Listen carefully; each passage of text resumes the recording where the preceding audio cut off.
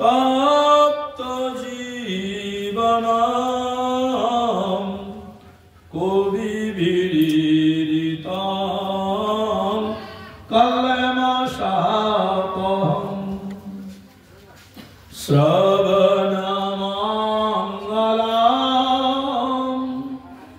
শ্রীমদাততম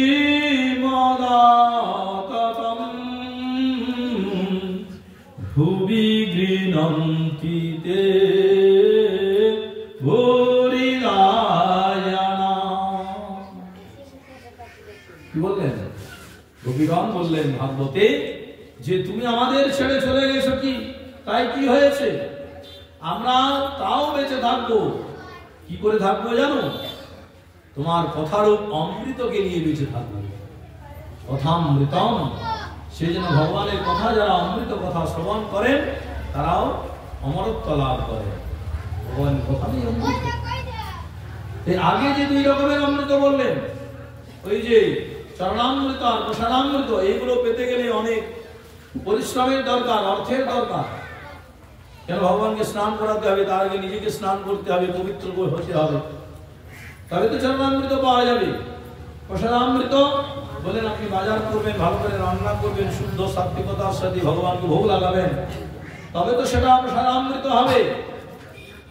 তো এগুলো সময়ের প্রয়োজন, কিন্তু ভগবানের কথা, হরি কথা যদি আপনার পান করার ইচ্ছা হয়, যেখানে হবে সেইখানে গিয়ে এক মনে এক প্রাণে বসলেই হবে। আর দুটো কানকে খোলা রাখলেই হবে, দো কান খুলে রাখলেই কথা আপনার হৃদয়ের মধ্যে প্রবেশ করবে। এইভাবে অমৃতকে লাভ করা যায়। তাই বললেন সবচেয়ে শ্রেষ্ঠ অমৃত হচ্ছে ভগবানের কথারূপ অমৃত। তব কথামৃতম তপ্ত জীবনম, অর্থাৎ আমাদের এই তাপিত হৃদয়কে, জীবনকে একমাত্র ভগবানের কথারূপ অমৃতই প্রশমিত করতে পারে, এছাড়া আর কোনো উপায় নেই। সেই জন্য প্রহ্লাদজি মহারাজ পঞ্চম বর্ষীয় বালক, দেখুন আমরা তো মনুষ্যকুলে জন্ম গ্রহণ করেছি, করেও আমাদের হরিভজনের প্রতি, হরিকথার প্রতি আমাদের সেরকম আগ্রহ নেই। কিন্তু একজনের জন্ম হয়েছে অসুর কুলে, অসুর কুলে জন্মগ্রহণ করে সে হরিভজনের কথা বলছে। কি বলছেন? কুমার আচরে প্রাজ্ঞ, অর্থাৎ বালক অবস্থায় যারা হরিভজন করবে তারাই হচ্ছে প্রাজ্ঞ, মানে বুদ্ধিমান। আর আমরা কি ভাবি? একটা বাচ্চা ছেলে যদি গলায় তুলসী মালা পরে আর যদি কপালে তিলক দেয়, শিক্ষিত সমাজ কি বলে? ছেলেটা নষ্ট হয়ে গেল। না, নষ্ট হয়নি, ও নষ্ট হয়ে যেত, তার হাত থেকে রক্ষা পেয়ে গেল। এ দেখবেন ভগবানের যখন ভোগ লাগে, ভোগ লাগার আগে কি হয়? ভোগের উপরে তুলসী দেওয়া হয়। কেন না? তুলসী অনেক গুণ। এই যে বেল পাতা, তুলসী পাতা দিয়ে যে ভগবানের বা দেবতাদের যে পুজো হয় বা ভোগ লাগানো হয় না, এর অনেক গুণ। বলেন ওই তুলসীটা যখন দেওয়া হয় ভোগের উপরে, যদি বস্তুর কোনো দোষ থাকে সেই দোষগুলো কেটে যাবে তুলসী দেওয়ার সঙ্গে সঙ্গে। যদি কেউ নিয়ম করে প্রতিদিন সকাল হলে ভগবানের চরণ তুলসী গ্রহণ করতে পারে, অর্থাৎ খায়, তাহলে তার জীবনে কোনো রোগ আসবে। তাই বললেন যারা বুদ্ধিমান তারা বালক অবস্থা থেকে হরিভজন করবে। কুমার আচরে প্রাজ্ঞ ধর্মান ভাগবতান। কেন? দুর্লভম মানুষঙ্গ জন্ম। এই জন্মটা সুলভ না, এটা দুর্লভ। একবার চলে গেলে আর পাওয়া যাবে না। তদপ্যম ধ্রুবম অর্থনম, তবে এটা প্রকৃত কাজে লাগবে। সেই জন্য মনুষ্য জীবনের সার্থকতা হচ্ছে হরিভজন, হরিগুণ কীর্তন, হরিকথা শ্রবণ। তাই প্রহ্লাদ মহারাজ কি করলেন? দ্বৈত বালকগণকে নিয়ে হরিভজন করতে লাগলেন, হরিগুণ কীর্তন করতে লাগলেন। কি বললেন? হরি শরণম, হরি শরণম, গোবিন্দ শরণম, গোপাল শরণম। সবাই হাতে তালি দিয়ে আমার সাথে সাথে কীর্তন করুন। হরি শরণম, হরি শরণম, গোবিন্দ শরণম, গোপাল শরণম, হরি शरणं हरि शरणं गोविंद शरणं गोपाल शरणं हरि शरणं गोविंद शरणं गोपाल शरणं हरि शरणं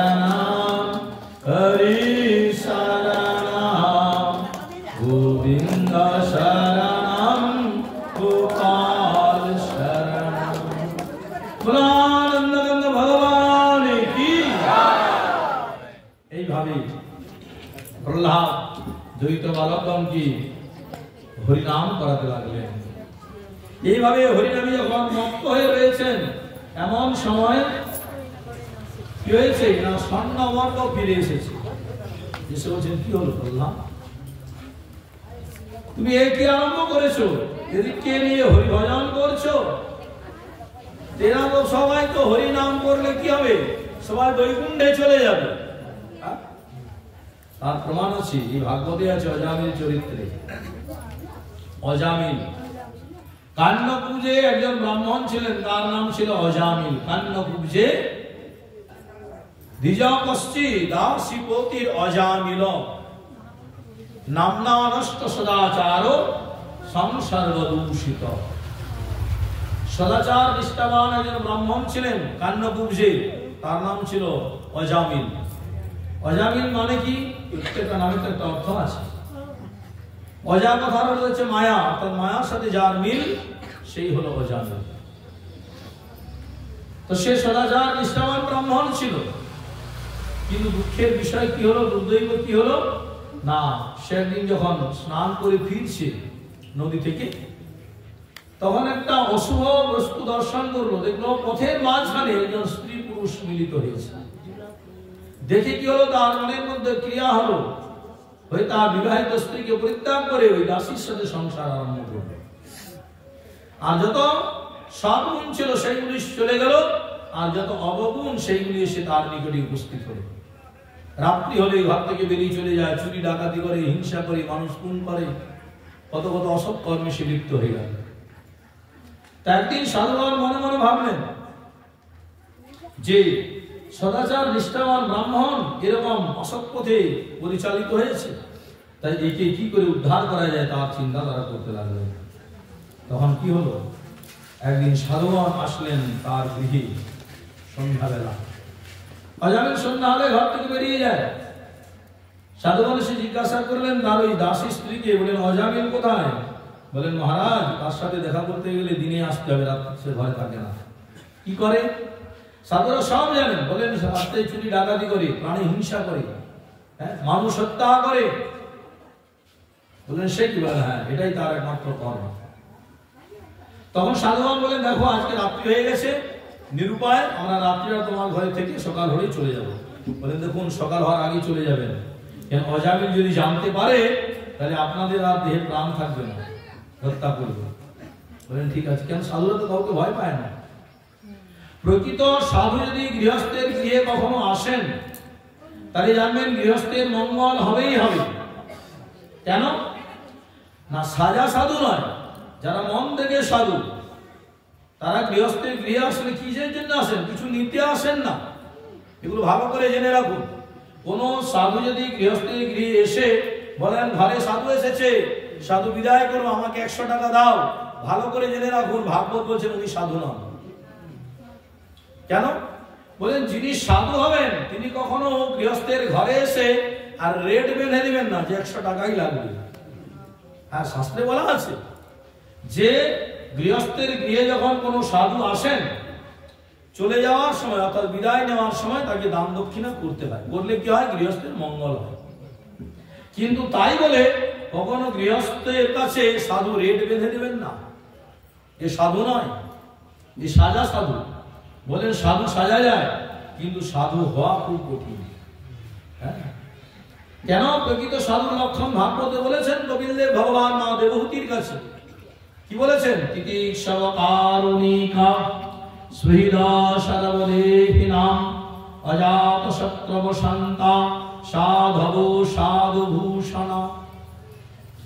যিনি প্রকৃত সাধু হবেন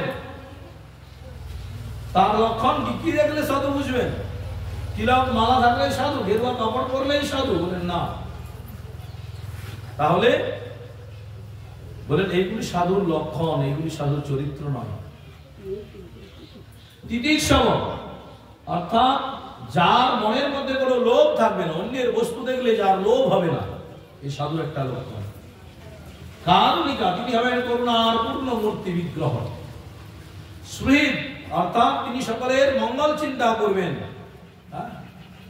সর্বদেহিনাম অর্থাৎ প্রত্যেকটি প্রাণীর মধ্যে ভগবানকে দর্শন করবেন। পিপীলিকা থেকে আরম্ভ করে শিষ্ট মনুষ্য পর্যন্ত প্রত্যেক প্রাণীর মধ্যে। কেন মহাপ্রভু সনাতন গোস্বামীকে বলেছেন কি? সর্বজীবে সম্মান দিবে জানি কৃষ্ণ অধিষ্ঠান। এই সনাতন, তুমি প্রত্যেকটি প্রাণীকে সম্মান দিবে। কেন না? প্রত্যেকের মধ্যেই ভগবান রয়েছে। আমরা কালকে শুনছিলাম ভগবান কোথায় নেই? ভগবান সর্বত্র আছেন, সমান ভাবে আছেন, কোথাও কম কোথাও বেশি এরকম থাকে। তাহলে সুখদেব গোস্বামী মহারাজ পরীক্ষিতের নিকটে বর্ণনাবৃত্তি দিয়ে বললেন যে ডাকার মতো যদি তাকে ডাকা যায় ভগবানকে সব জায়গায় পাওয়া যায়। তাই ভাবি বর্ণনা দিলেন। মহাপ্রভু বললেন সমস্ত জায়গায় ভগবান রয়েছে। অনল জনিলি চিরণ ফনিলি ভূদর শরীরে গমন, কোথায় নেই ভগবান? সাধুরা কি করলেন? সাধুরা রাত্রি যাপন করলেন। কেন? প্রকৃত যারা সাধু তারা কিছু নিতে আসেন না, দিতে আসেন। কি দিতে আসেন? বলেন প্রকৃত সাধু যদি কখনো গৃহস্থের গৃহে আসেন, আসলে কি করেন? যাওয়ার সময় তাদের মঙ্গলটা দিয়ে যান, আর গৃহস্থের অমঙ্গলটা সঙ্গে করে নিয়ে যান। হ্যাঁ, মহান্তের স্বভাব হয় তারিতে পাম, নিজ কার্য নাই তার জান পরঘর। নিজের কোন কার্য নেই, অন্যের মঙ্গল বিধান করার জন্যই তারা যান। সাধুরা থাকলেন, রাত্রি যাপন করলেন। রাত্রি যখন প্রভাত হয়েছে, অজামিল যখন ঘরে ফিরছে, ঘরে যে প্রবেশ করতে যাচ্ছে, এমন সময় ওই তার স্ত্রীর সাথে দেখা অজামিল। বললেন ঘরে কি কেউ এসেছে? বলেন হ্যাঁ, সাধুগণ এসেছে। সাধু কেন এসেছে? বলেন দেখো তারা রাত্রিবেলায় জায়গা পাননি, নিরুপায় হয়ে এসেছেন, তাই তারা এখনই চলে যাবেন। তুমি যেন তাদের কোনো অসম্মান করো না। বেশ, তারা যদি আমাকে কিছু না বলে আমিও কিছু বলবো না। কিন্তু সাধুরা তো ওই যে মহান্তের স্বভাব হয় তারিতে পামন। যারা প্রকৃত মহান্ত, মহান্ত মানে কি? কোন আশ্রমের মঠের যিনি প্রধান তাকে মহান্ত বলা হয়, কিন্তু শাস্ত্রে প্রকৃত মহান্তের অর্থ দিয়েছেন কি? মহান অন্তঃকরণ মহান্ত, অর্থাৎ যার অন্তঃকরণটা মহান, ওই অন্যের দুঃখ দেখলে যার হৃদয় বলে যায় সে হলো মহান্ত।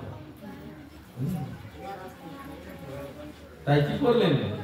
তারা যখন বেরিয়ে আসছেন আর অজামিল ঘরে প্রবেশ করছেন, অজামিলের সাথে দেখা হয়ে গেল। সাধুগণ জিজ্ঞাসা করলেন যে তুমি কি অজামিল? বলে হ্যাঁ আমি অজামিল। কেন, সন্দেহ আছে নাকি? বলে না না, জিজ্ঞাসা করছে। দুর্জন ব্যক্তি তারা দেখবেন ভালো করে কথাও বলতে পারে, রেগে রেগে কথা বলে। আমি অজামিল, কি চাই? বলেন দেখুন মহারাজ, শাস্ত্রে একটা নিয়ম আছে, আমরা কালকে নিরুপায় হয়ে তোমার ঘরে ছিলাম, রাত্রি যাপন করেছি, এখন বিদায় নিয়ে চলে যাচ্ছি, তো যান। দাঁড়িয়ে আছেন কেন? বলেন না, শাস্ত্রের একটা কথা তোমাকে জানাতে চাই। অজামিল বলছে দেখুন শাস্ত্রের কথা বেশি আমাকে বলবেন না, আমি অজামিল, আমি অনেক শাস্ত্র জানি, আমরা শুনতে চাই না। কিন্তু সাধুগণ না শুনলেও শোনাবেন। কেন না? মহাপ্রভু নিত্যানন্দ প্রভুকে বলেছেন যে শ্রীপাদ নিত্যানন্দ, আমি তো শ্রী গৌরাঙ্গ বিশ্বম্ভর, আমি তো জগতের প্রতিটি জীবকে হরিনাম দিয়ে উদ্ধার করতে এসেছিলাম, কিন্তু আমি তো পারলাম না। সেই জন্য তুমি সকলকে হরিনাম দিয়ে উদ্ধার করবে। মহাপ্রভুর নাম বিশ্বম্ভর নয়। বিশ্বম্ভর কথার অর্থ কি? যিনি বিশ্বকে নাম প্রেম দিয়ে ভরিয়ে দেবেন তিনি তো বিশ্বম্ভর। মহাপ্রভু একদিন ওই যে নীলাচলে পুরীতে গম্ভীরায় রয়েছেন গুপ্ত গৃহে। মহাপ্রভু লীলা করেছেন কত বৎসর? 48 বৎসর। তার মধ্যে 24 বৎসর নবদ্বীপ আর 24 বৎসর নীলাচল অর্থাৎ পুরী। তার মধ্যে ওই পুরীতে যে 24 বৎসর ছিলেন তার মধ্যে 8 বৎসর হচ্ছেন এই 6 বৎসর গমনাগমন আর 18 বৎসর গম্ভীরাবাস। তা সেইখানে যখন রয়েছেন একদিন মহাপ্রভু চিন্তা করছেন আমি বিশ্বকে হরিনাম দিয়ে ভরিয়ে দেব বলে এসেছি, আর আমি যদি সেই বিশ্বম্ভর গম্ভীরার গুপ্ত ঘরে বসে থাকি তাহলে বিশ্বকে হরিনাম দিয়ে ভরাবে কি? এই চিন্তায় তার মনটা বিক্ষিপ্ত হয়ে গেল। নিজের চোখের জলে তার সারা অঙ্গের বসন ভিজে গেছে। এমন সময় কি করলেন মহাপ্রভু? ওই শ্রীপাদ নিত্যানন্দকে ডেকে পাঠালেন। ডেকে পাঠিয়ে বললেন ওই গুপ্ত ঘরে বসালেন আসন দিয়ে, হাত দুটো জড়িয়ে ধরলেন। ওই ঘরটি যদি পুরীতে যান এখনো রয়েছে, কাশী মিশ্রালয় গম্ভীরা, পুরীতে বললেই হবে, যে কাউকে দেখিয়ে দেবে। মহাপ্রভুর হাতের 3.5 হাত, কেন এগুলো অনেক শিক্ষা আছে। আমরা যতই অট্টালিকা রাজপ্রাসাদ বানাই না কেন, আমাদের এতটা প্রয়োজন নেই। আমাদের প্রয়োজন কতটুকু? আমাদের এই দেহটা হচ্ছে কারো 5.5 ফুট, কারো 6 ফুট, যদি বা 6.5 ফুট হয়, কিন্তু প্রত্যেকেই তার নিজের হাতে 3.5 হাত। তাই আমাদের ওই ঘরে বা পালঙ্কে বা খাটে ওই 3.5 হাতের জায়গা দরকার, তার বেশি দরকার হয় না, সব পড়েই থাকে। তাই মহাপ্রভু ওইটুকু ঘরের মধ্যে থাকতেন। বসালেন, বসিয়ে হাত দুখানা ঝুলিয়ে ধরলেন। ধরে শ্রীপাদ নিত্যানন্দকে বললেন, শ্রীপাদ কি হয়েছে? না তোমার কাছে একটা নিবেদন। কি নিবেদন? নিত্যানন্দ প্রভু মনে মনে ভাবছেন যে প্রভু তো আমাকে আদেশ করলেই পারেন, হাতে ধরে বলার কি আছে। কিন্তু মহাপ্রভু খুব চতুর। শুধু মহাপ্রভু নয়, যারা মহাপ্রভুর নাম করে হরিভজন করে তারাও খুব চতুর। বলেছেন না, যে জন কৃষ্ণ ভজে সে বড় চতুর, মানে ছোটখাটো চতুর নয়। আমরা মনে করি গলায় তুলসী মালা পরলে, কপালে তিলক করলে তাকে গণ্ড মূর্খ মনে করি, কিন্তু শাস্ত্র তাকে মূর্খ বলেননি, তাকে চতুর বলেছেন, বড় চতুর। কেন? সে জানে সেই জীবনটা তো হেলায় নষ্ট হয়ে যাবে যদি হরিভজন না করি, সেই জন্য সে নষ্ট করে না, হরিভজন করে জীবনটাকে সার্থক করে। তাই কি করলেন? এইভাবে বর্ণনা দিলেন সুখদেব গোস্বামী মহারাজ পরীক্ষিতের কাছে, আর মহাপ্রভুর পরিবার দিলেন মহাপ্রভুর বর্ণনা। হাত দুখানা জড়িয়ে ধরেছেন। কেন? বলে দেখবেন কাউকে যদি কোনো কাজ আপনি বা কোনো কথা বলবেন বলে ঠিক করেন কার্যসিদ্ধির জন্য, মুখে যদি বলেন তার গুরুত্ব একরকম, কিন্তু বলার আগে তার হাত দুখানা জড়িয়ে ধরে যদি বলেন, সে ইচ্ছা থাকলেও কথাটা ফেলতে পারবেন না। সেই জন্য মহাপ্রভু খুব চতুর, তিনি বলার আগে হাত দুখানা জড়িয়ে ধরেছেন। ধরে বলছেন, শ্রীপাদ আমার একটা কথা তোমায় রাখতে হবে। কি কথা? না যাও শ্রীপাদ সুরধ্বনির তীর, তুমি সুরধ্বনির তীরে যাও, অর্থাৎ গঙ্গার তীরে নবদ্বীপে যাও, গিয়ে সচিমায়ের আদেশকে তুমি দ্বার পরিগ্রহ করো। তিনি তো অবধূত ছিলেন। মহাপ্রভুর চাইতে নিত্যানন্দ প্রভু বয়সে অনেক বড়, কিন্তু বিবাহ করেছেন পরে। অদ্বৈত প্রভু মহাপ্রভু চাইতে 52 বৎসর বয়সের বড়। তাহলে এই দুইজন আগে এসেছেন, পরে মহাপ্রভু এসেছেন। তাই মহাপ্রভু চতুর, বলার আগে হাত দুখানা জড়িয়ে ধরেছেন। কেন? না আমি যে কথাটা নিত্যানন্দকে বলবো সেই কথাটা সে ফেলতে পারবে। সেই জন্য কি করবেন? কি কথা বললেন মহাপ্রভু নিত্যানন্দ প্রভুকে? বললেন যে তুমি সকলকে হরিনাম দিবে, এক নিবেদন তোরে নয়ানি দেখিবে জারি, কৃপা করি লোয়াইবে নাম। নিত্যানন্দ, তোমার কাছে আমার অনুনয় বিনয় অনুরোধ কি? না তুমি যাকে চোখে দেখবে তাকে হরিনাম দিবে, নয়ানে দেখিবে যারে, কৃপা করে লোয়াইবে নাম। অর্থাৎ জোর করে হরিনাম দিতে কোথাও বলেননি। কিভাবে দিতে বলেছেন? বললেন কলিহত জীবের হাতে ধরে তুমি হরিনাম দেবে। তাও যদি সে না করে, প্রয়োজন হলে শ্রীপাদ তুমি তার পায়ে ধরবে। চিন্তা করুন, পায়ে ধরে নাম দিয়েছে।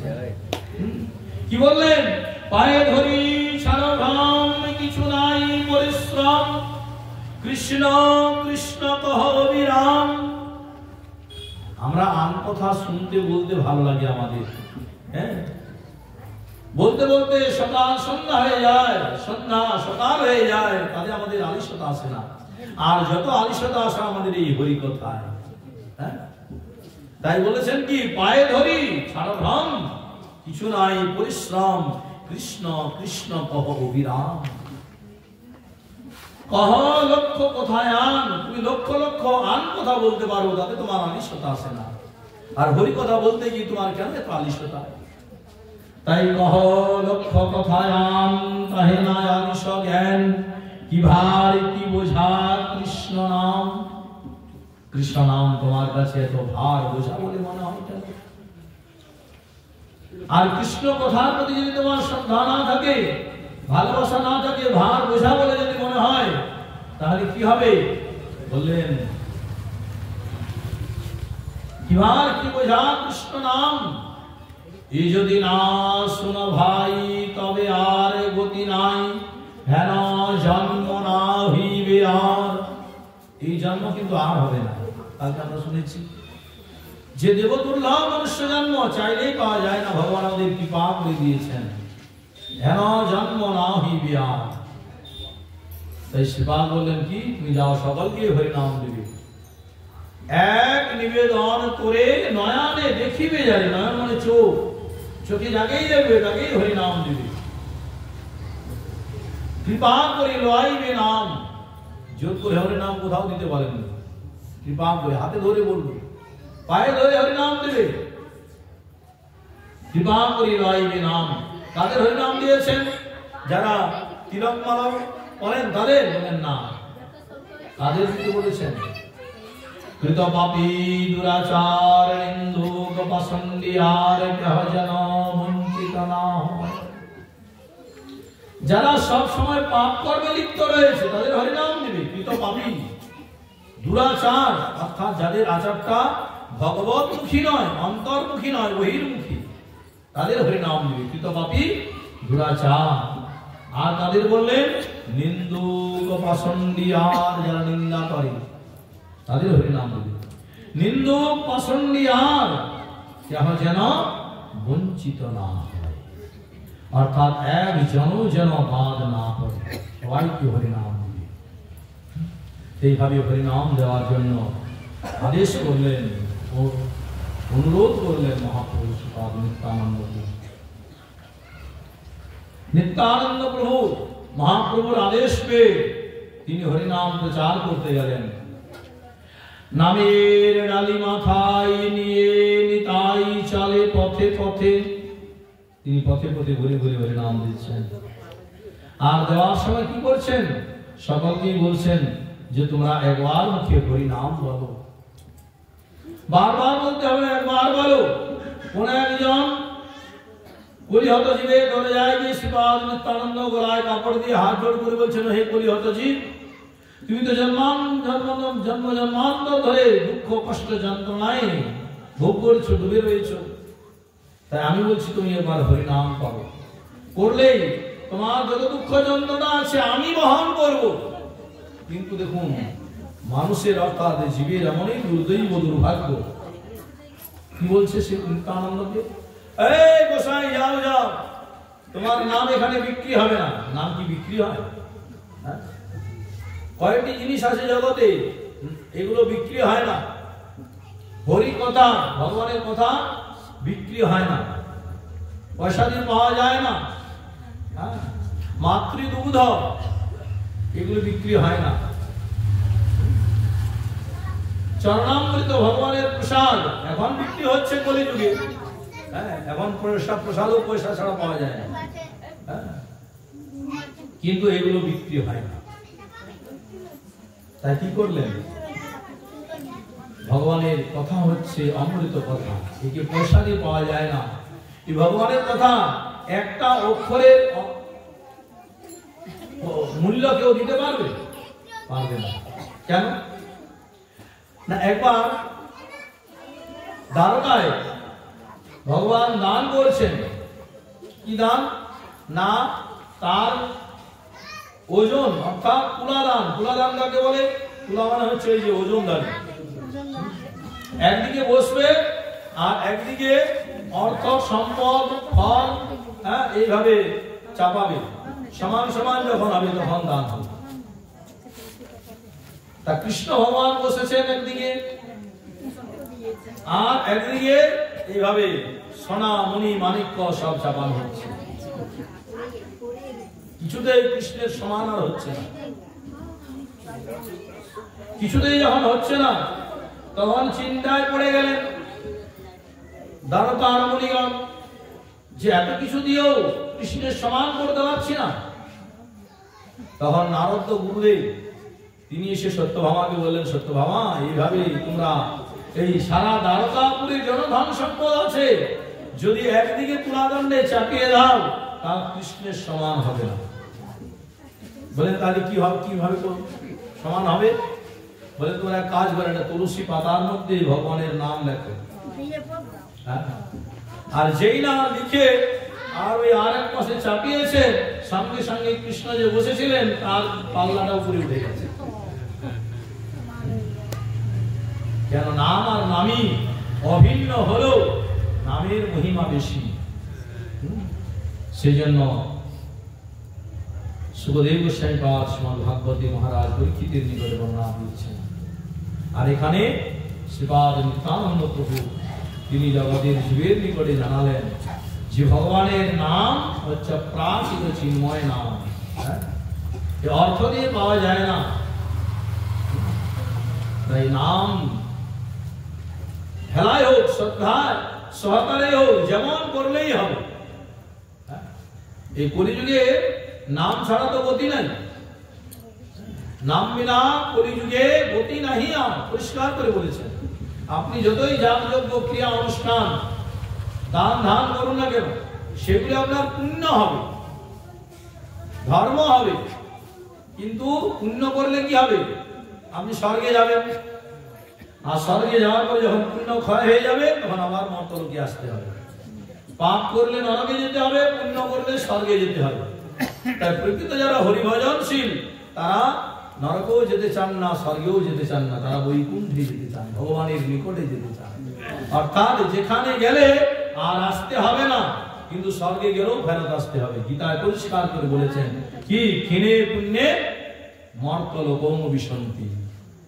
পুণ্য ক্ষয় হয়ে যাবে, আপনাকে আবার পাঠিয়ে দেবে, পাপ ক্ষয় হয়ে যাবে, আবার আপনাকে মর্তলোকে চলে আসতে হবে। সেই জন্য ভক্তরা বলেছেন স্বর্গের চাইতে বরং নরকটা শ্রেষ্ঠ। কেন? বলেন স্বর্গে সুখ আছে, আনন্দ আছে ঠিক, কিন্তু স্বর্গে ভগবত ভজন নেই, ভগবানের কথা মনে পড়ে না। কিন্তু নরকে কষ্ট যন্ত্রণা যখন ভোগ হবে, যত ভোগ হবে তত ভগবানের কথা মনে পড়বে, পড়বে না? যেমন কালকে শুনছিলাম, মনে কোনো কষ্ট হলে ডাকি কৃষ্ণ কৃষ্ণ বলে, কৃষ্ণ নামটি মুখে নিলে সকল জ্বালা দূরে যায়। সাধ করে কি কৃষ্ণ বলি, কৃষ্ণ নামটি বড় মধুময়, মধুময় নাম। এইভাবে বর্ণনা দিলেন। তাই কি করল? আমার প্রহ্লাদকে ডেকে পাঠাল হিরণ্যকশিপু,